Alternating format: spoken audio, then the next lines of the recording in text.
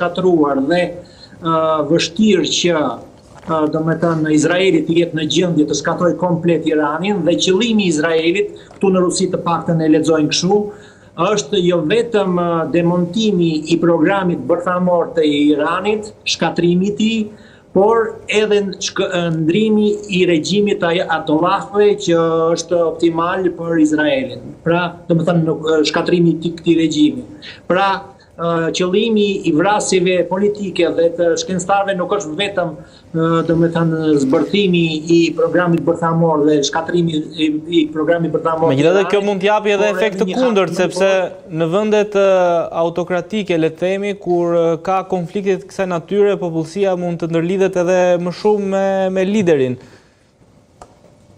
Po ka, do me thënë, për shembull në Serbi u deshi një vit më pas u detyruan për ta hequr nga pushteti Miloševićin.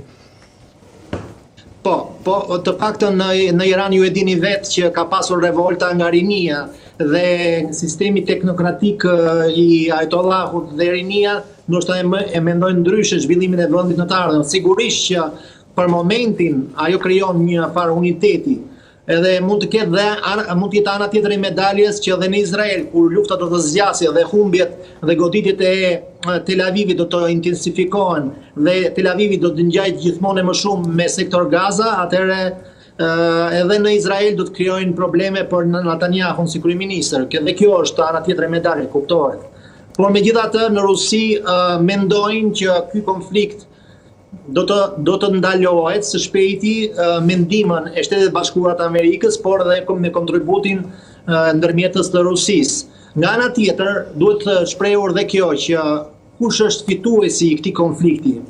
Për momentin, do me thënë, bombardimi i rafinerive të naftës, për shembull, ka sjellë që çmimet ndërkombëtare të naftës dhe gazit të ngrihen në kupën e qiellit. Prandaj fitues në këtë drejtim janë Shtetet Bashkuara dhe Rusia, edhe vendet e tjera të gjirit që tregtojnë kryesisht naftë, si Arabia Saudite, Kuvaiti, Katari e tjerë, Bahreini. Prandaj, do me thënë, nga njëra anë janë këto, por nga ana tjetër është Europa që do ta vuajë këtë luftë, ndoshta më tepër se kushdo, gjithashtu dhe Kina, që e ka, si thuaç, nën patronazh Iranin në një farë mënyrë, ka si pikësynim të le të themi të investimeve të veta të ardhme. Prandaj dhe Kina bëri një deklaratë shumë të fortë dhe të ashpër kundër luftës që është hapur në Iran, në mes Iranit dhe Izraelit. Prandaj besoj që këto përpjekjet e Europës dhe ndoshta të Kinës nga njëra anë, por dhe të Shteteve Bashkuara dhe Rusisë nga ana tjetër mund të sjellin paqen për brenda kësaj jave. Okej, zoti Misha. Ndërkohë, zoti Kamberi, si keni parë dy qëndrimet edhe të Rusisë, por edhe të Shteteve të Bashkuara se takon këtij konflikti? Natyrisht ka një periudhë paktën në kohët e fundit që duket që kur edhe arkitektura e marrëdhënieve ndërkombëtare është kthyer në sistemin e dy superfuqive. Pra, si thua që ka qenë para luftës totë që çdo krizë ndërkombëtare tashmë varet, kjo gjithmonë ka qenë, por tashmë është bërë e dukshme. Paktën edhe me ardhin e administratës re amerikane në pushtet, pra ka një dualizëm, jemi kthyer tek një dualizëm klasik që ka qenë ku dy fuqitë kryesore në marrëdhënie ndërkombëtare siç kanë qenë Shtetet Bashkuara dhe Rusia tashmë kanë atë rolin primar edhe për zgjidhur krizat e ndryshme që po shfaqen në botë. Aktualisht për hirës vërtetës, siç thot një shprehje amerikane, ka shumë mish në barbecue, pra kemi shumë kriza të hapura njëkohësisht.